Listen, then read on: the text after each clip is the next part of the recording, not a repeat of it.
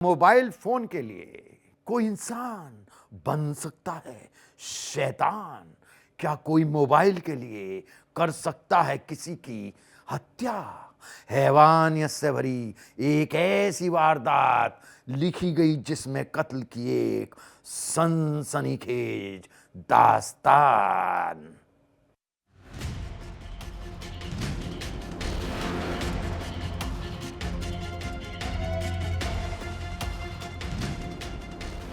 वो कई दिनों से लापता था। उसका कहीं कुछ पता नहीं चल रहा था। उसका काम था ऑनलाइन शॉपिंग के सामान को डिलीवर करना। तारीख 26 सितंबर 2024। एक ऑनलाइन शॉपिंग में डिलीवरी बॉय के तौर पर काम करने वाले भरत कुमार की तलाश पुलिस कई दिनों से कर रही थी, जिसके बाद पुलिस के हाथ एक ऐसा सबूत लगा जिसने भरत की गुमशुदगी को लेकर एक बड़ा खुलासा किया। पुलिस को इस बात का शक हो चुका था कि भरत का मर्डर हो चुका है, लेकिन पुलिस के सामने अभी भी कई सवाल थे। किसने किया भरत का मर्डर? क्या वजह थी भरत की हत्या की? कौन था भरत का हत्यारा?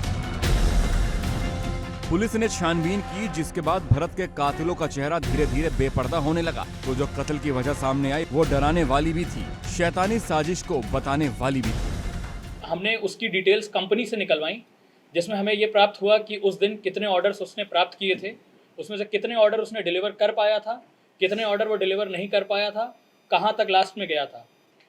इसमें संदिग्धता जब हमारी बढ़ी तो हमने लोगों को उठाना शुरू किया, उनसे पूछताछ शुरू करी। इस पूछताछ के क्रम में हमारे द्वारा इनको आकाश शर्मा को उठाया गया।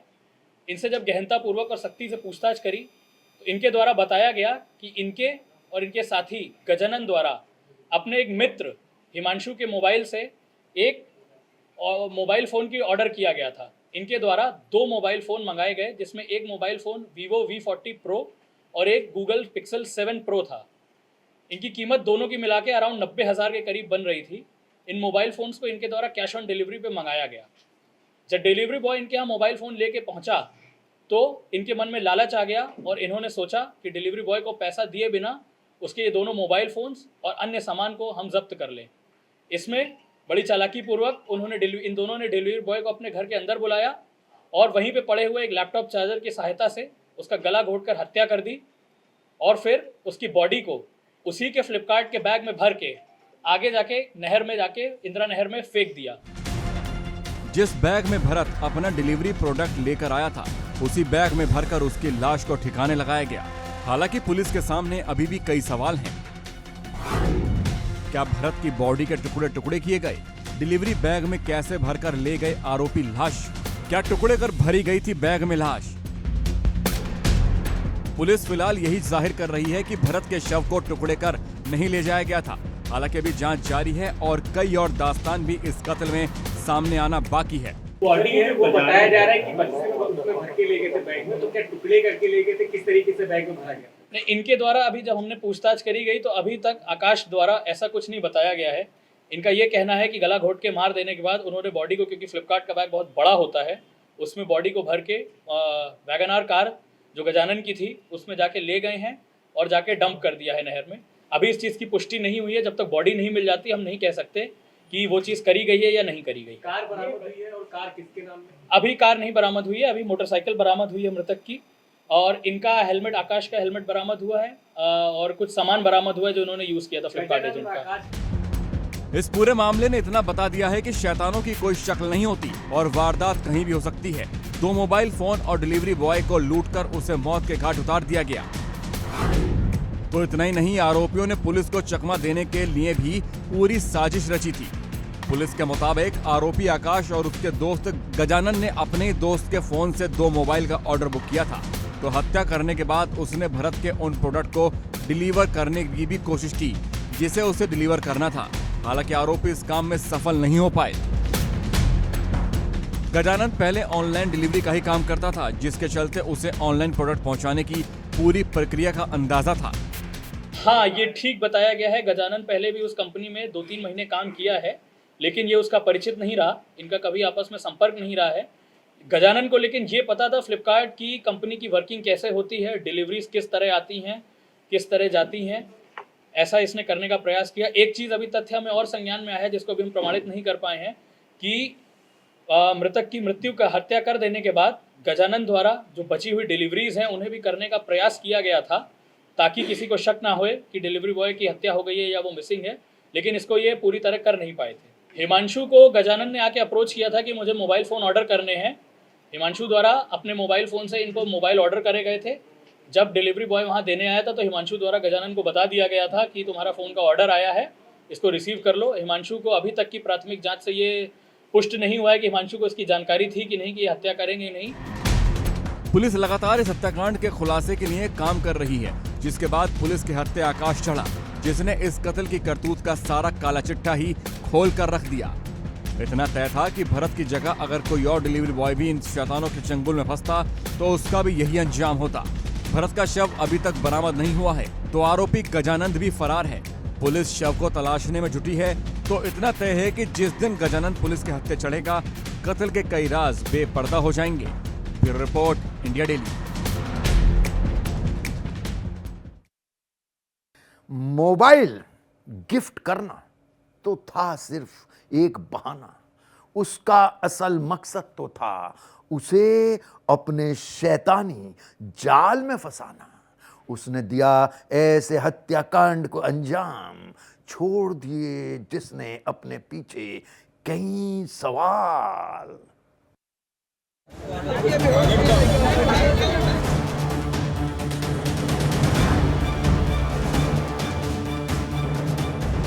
शोर है, हंगामा है और एक शव है। इन तस्वीरों को देख इतना समझ में आ जाता है कि यहाँ कोई बड़ी वारदात हुई है। तस्वीरें बिहार के रोहतास की है, जहाँ एक महिला की हत्या ने उसके परिवार वालों में उबाल ला दिया। कत्ल किसने किया, क्यों किया, ये एक सवाल है, लेकिन इस 20 साल की युवती का कत्ल जिस तरह से अंजाम दिया गया वो हैरान करने वाला है। वहाँ देखे कि वहाँ गिरी हुई है, बेहोशी हालत में है। वहाँ से 2 लड़का उठाकर नारायण मेडिकल में भर्ती किया। नारायण मेडिकल भर्ती वहाँ से हुआ तो वहाँ से बोला कि यहाँ से नहीं होगा, इसको आगे ले जाइए। तो हम लोग वहाँ से तारा न्यूरो हॉस्पिटल यहाँ पर ले आए, प्रभाकर रोड, अमित कुमार सिंह में। तो वहाँ ले जाए, सीटी स्कैन सब करवाए, जाँच करवाए। वहाँ जाँच हुआ, उसके दौरान सुई पानी चढ़ा, वहीं पर उसका मृत्यु हुई। उसको प्यार के वो लड़का बोला चलो मोबाइल दे देते हैं, अल्लाह के उसको मार दिया। उसने उसे मोबाइल गिफ्ट करने के बहाने बुलाया था।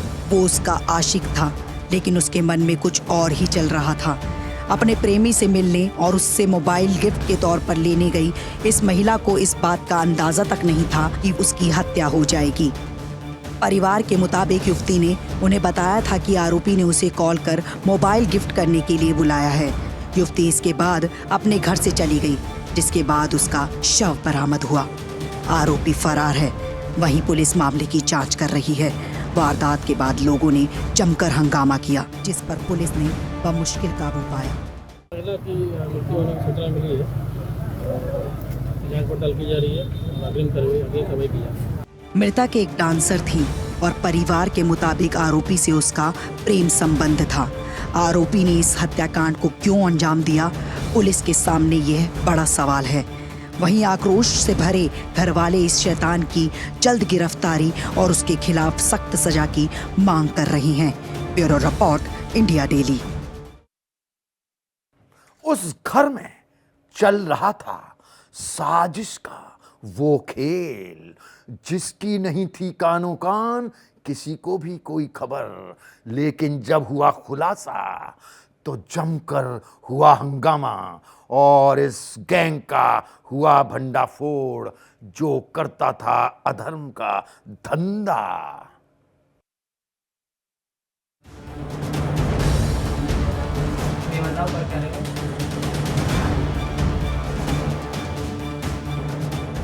उस घर में प्रार्थना चल रही थी। कुछ लोग जब इस घर में दाखिल हुए तो इन्हें देख प्रार्थना कर रही हर महिला सन्न रह गई।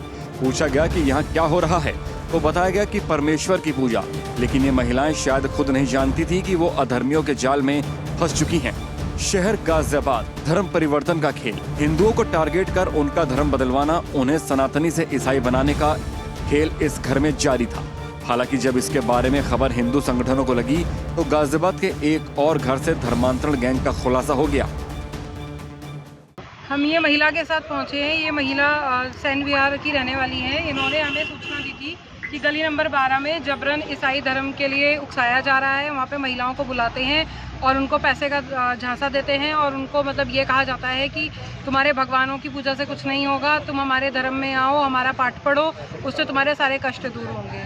तो हम जब वहाँ गए, हमारी टीम वहाँ पहुँची, उन लोगों ने वहाँ देखा कि वहाँ पर जबरन पाठ कराया जा रहा है। गाजियाबाद के थाना क्रॉसिंग रिपब्लिक इलाके में सेन विहार में जबरन धर्म परिवर्तन की साजिश रची जा रही थी, जहां आसपास के लोगों को बुलाया जाता था, उनको पैसों का लालच दिया जाता था, उन्हें उनके धर्म के खिलाफ बहकाया जाता था। लेकिन कहते हैं कि अधर्म ज्यादा देर तक छिप नहीं पाता। खबर हिंदू संगठनों को लगी और फिर उन लोगों के खिलाफ ये लोग शिकायत करने पुलिस के पास पहुंच गए, जिसमें वो महिला भी शामिल थी जिसका जबरदस्ती धर्म परिवर्तन कराने की ये शैतान साजिश रच रहे थे। क्या हुआ आपके साथ? वो प्रार्थना में बुलाती थी। कौन बुलाता था आपको? उसका नाम थी लेडीज। जी, वो कौन से धर्म से हैं? ईसाई। आप थाने पहुंचे हैं, क्या है मामला? थाने पहुंचे, इसी प्रार्थना में ले जाती थी। आपको बुलाती थी? हाँ, बुलाती थी रोज। कितने दिन से जा रहे हो आप वहाँ? ये 4-5 बार से जा रहे। तो आप थाने पहुंचे तो क्या शिकायत की आपने? मैंने करी प्रार्थना में ये रोज मुझे बुलाते कि ठीक हो जाएगी। जी, क्या करवाते थे आपसे वहाँ पर? वो किताब पढ़वाती थी। कौन सी किताब थी वो? यीशु का। गाजियाबाद में ये कोई पहला मामला नहीं है जब इस तरह के धर्म परिवर्तन का मामला सामने आया हो। इससे पहले भी लगातार इस तरह के मामले सामने आते रहे हैं। ऐसे में सवाल उठता है कि क्या गाजियाबाद में धर्मांतरण गैंग एक्टिव है?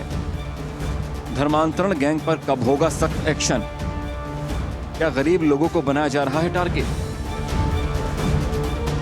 एक और धर्मांतरण गैंग के खुलासे के बाद हिंदू संगठनों में गुस्सा है, तो पुलिस से सख्त कार्रवाई की मांग भी संगठन की ओर से उठाई जा रही है। एक पुष्पा नाम की महिला उसको लगातार प्रलोभन दे रही थी और उससे कह रही थी तू ईसाई बन जा, तेरे सारे दुख दूर हो जाएंगे और तू किसी प्रकार से दिक्कत मत ले। और उसको जबरन उसको एक कमरे पर ले जाकर उसको बाइबल का पाठ पढ़ा रहे थे और उससे कह रहे थे कि तू ईसाई बन जा, तेरे अगर तू आगे भविष्य में दिक्कत भी होगी तो तुझे हम बहुत पैसे देंगे। 2 दिन पहले ही क्रॉसिंग पुलिस थाना क्षेत्र में धर्म परिवर्तन करने के आरोप में एक शख्स को गिरफ्तार किया गया था। तो इससे पहले भी गाजियाबाद के करहेड़ा इलाके में एक बड़े धर्म परिवर्तन गैंग का पुलिस ने खुलासा किया था। जबरदस्ती धर्म बदलवाने वाले ये गैंग अपनी साजिश से बाज नहीं आ रहे हैं, तो जरूरत है सजग रहने की, जिससे ये शैतान अपनी साजिश को अंजाम न दे पाए। Bureau report, India daily. नाम बदला, छिपाई पहचान और रच डाली एक खतरनाक साजिश, लेकिन शैतान की साजिश का हो गया पर्दाफाश। कोर्ट ने सुनाई उसे ऐसी सजा जो हर हैवान के लिए है एक सबक।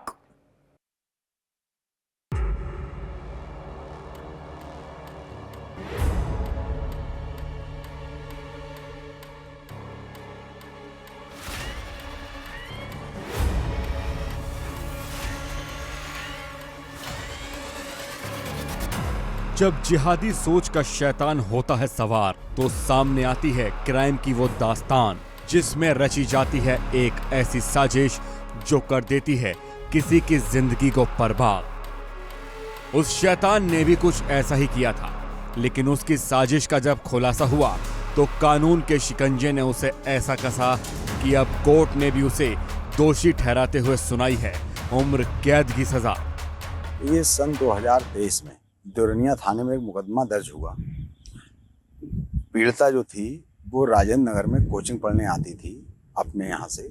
उसे रास्ते में एक लड़का मिलता था, उसने अपना नाम आनंद बता के उससे मिलता था और उसे अपनी बातों में लगा लिया। बातचीत होने लगी, मोबाइल नंबर एक दूसरे से दे दिए, जान पहचान हो गई।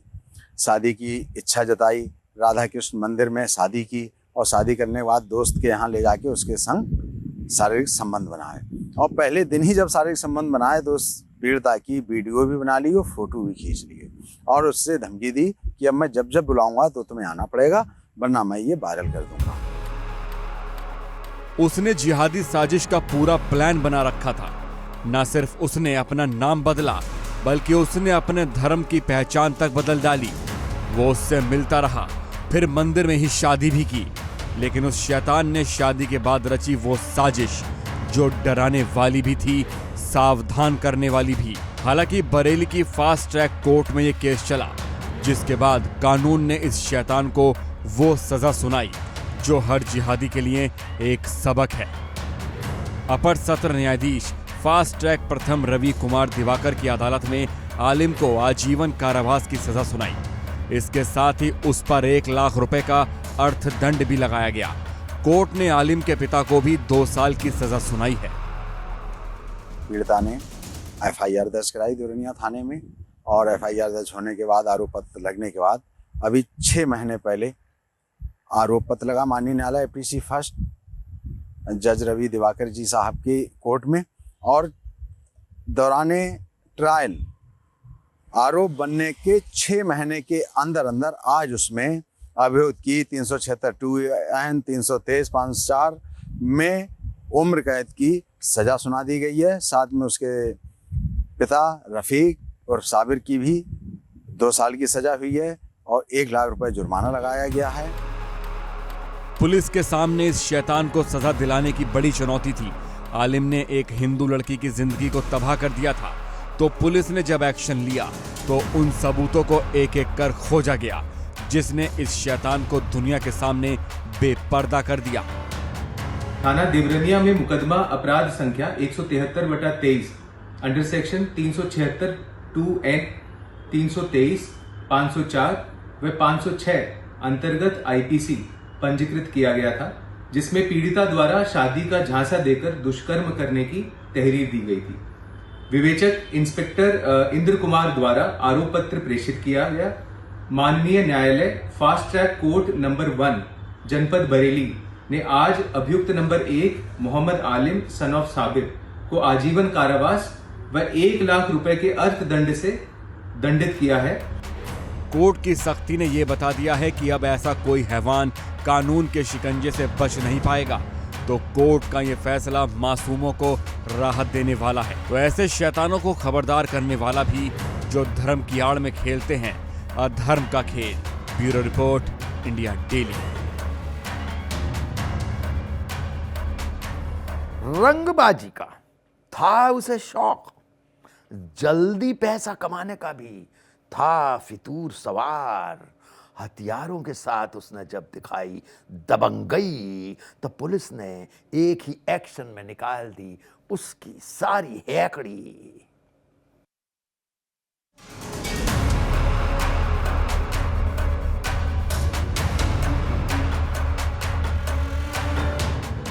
उसके हाथ में हथियार है, एक और तमंचा उसके पास है, और यह हथियार उस शख्स के पास से बरामद हुआ जो पिकनिक पर आए बच्चों के साथ कर रहा था दबंगई। इन हथियारों को दिखाकर वो रौब गांठ रहा था और मांग रहा था पैसे। ये तस्वीरें ग्वालियर की हैं, जहां पुलिस को जब इस शख्स की हरकतों के बारे में पता चला तो फौरन ही एक्शन लेते हुए पुलिस ने इसकी घेराबंदी शुरू कर दी, जिसके बाद इसे पुलिस ने गिरफ्तार कर लिया। पुलिस को इसके पास से वो सूटकेस बरामद हुआ जिसमें ये देसी हथियार भरकर लाया था। उटीला थाना अंतर्गत बदावना झरने के पास सूचना मिली थी थाना प्रभारी शिवम राजावत को कि एक बदमाश है जो रंगदारी कर रहा है, उसके पास अवैध आर्म से। पुलिस टीम पहुंची तो वो पुलिस को देखकर ज्वार के खेत में भाग गया, छिप गया। जब पुलिस ने तलाशी ली पूरे खेत में तो छिपा हुआ मिला। उसके पास से कब्जे से एक अधिया और एक कट्टा, अवैध कट्टा दोनों मिले और 2 जिंदा राउंड मिले। उसके बाद तलाशी ले गई और जब्ती की कार्रवाई की गई है। आरोपी पुलिस की गिरफ्त में है तो उसने अपना वो सच बताया जिसे सुनकर पुलिस हैरान रह गई। पुलिस के मुताबिक आरोपी पुलिस वाला बनना चाहता था। वो पुलिस वाला तो नहीं बन पाया लेकिन आरोपी बन गया। हाँ, इसने पिकनिक पर आए बच्चों पर अपनी दबंगई जरूर दिखाई, जिसके बाद पुलिस ने इस पर अपना शिकंजा कसा। पूछताछ की गई तो पता चला कि वो पुलिस बनना चाहता है, दौड़ करता है, शौकीन है और कुछ बच्चों को रंगबाजी करके डराना चाह रहा था वो, लेकिन पुलिस को सूचना मिल गई तो वो पुलिस की गिरफ्त में आ गया है। तो अभी उस पर कार्रवाई की है, माननीय न्यायालय पेश करेंगे। हथियारों से लोगों को डराना इस शख्स को भारी पड़ गया। इसे इस बात का इल्म नहीं था कि पुलिस इसे इतनी जल्दी पकड़ लेगी। वहीं यह शख्स पुलिसकर्मी तो नहीं बन पाया, हाँ, सलाखों के पीछे जरूर पहुंच गया। Bureau report, India daily. हमारे इस शो में आज बस इतना ही। अगली मुलाकात तक आप रहिए सावधान, क्योंकि आसपास कहीं भी हो सकता है शैतान।